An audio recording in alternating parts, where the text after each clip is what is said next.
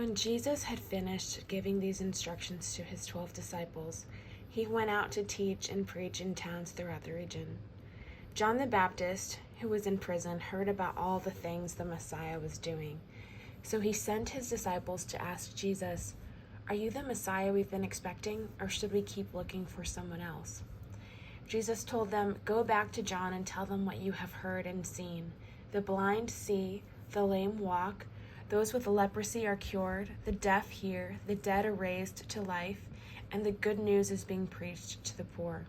And he added, "God blesses those who do not fall away because of me." As John's disciples were leaving, Jesus began talking about him to the crowds. "What kind of man did you go into the wilderness to see?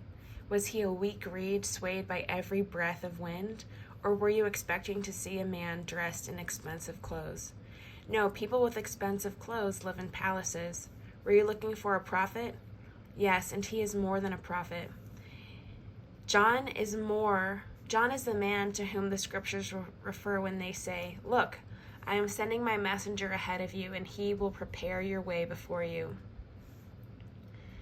I tell you the truth, of all who have ever lived, none is greater than John the Baptist. Yet even the least person in the kingdom of heaven is greater than he is." And from the time John the Baptist began preaching until now, the kingdom of heaven has been forcefully advancing, and violent people are attacking it. For before John came, all the prophets and the law of Moses looked forward to this present time. And if you are willing to accept what I say, he is Elijah, the one who the prophets said would come. Anyone with ears to hear should listen and understand. To what can I compare this generation? It is like children playing a game in the public square. They complain to their friends. "We played wedding songs and you didn't dance, so we played funeral songs and you didn't mourn. For John didn't spend his time eating and drinking, and you say he's possessed by a demon. The Son of Man, on the other hand, feasts and drinks, and you say he's a glutton and a drunkard and a friend of tax collectors and other sinners. But wisdom is shown to be right by its results."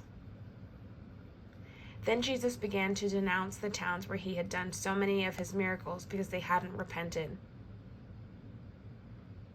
Then Jesus began to denounce the towns where he had done so many of his miracles because they hadn't repented of their sins and turned to God. What sorrow awaits you! What sorrow awaits you, Chorazin and Bethsaida! For if the miracles I did in you had been in wicked Tyre and Sidon, their people would have repented of their sins long ago, clothing themselves in burlap and throwing ashes on their heads to show their remorse. I tell you, Tyre and Sidon will be better off on Judgment Day than you. And you people of Capernaum, will you be honored in heaven? No, you will go down to the place of the dead. For if the miracles I did for you had been done in wicked Sodom, it would still be here today. I tell you, even Sodom will be better off on Judgment Day than you." At that time, Jesus prayed this prayer: "O Father, Lord of heaven and earth, thank you for hiding these things from those who think themselves wise and clever, and for revealing them to the childlike. Yes, Father, it pleased you to do it this way. My Father has entrusted everything to me. No one truly knows the Son except the Father, and no one truly knows the Father except the Son, and those to whom the Son chooses to reveal him." Let's read that again. My Father has entrusted everything to me. No one truly knows the Son except the Father, and no one truly knows the Father except the Son, and those to whom the Son chooses to reveal him. Then Jesus said, "Come to me, all of you who are weary and carry heavy burdens, and I will give you rest.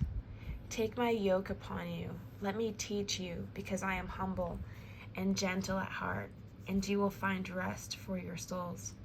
For my yoke is easy to bear, and the burden I give you is light."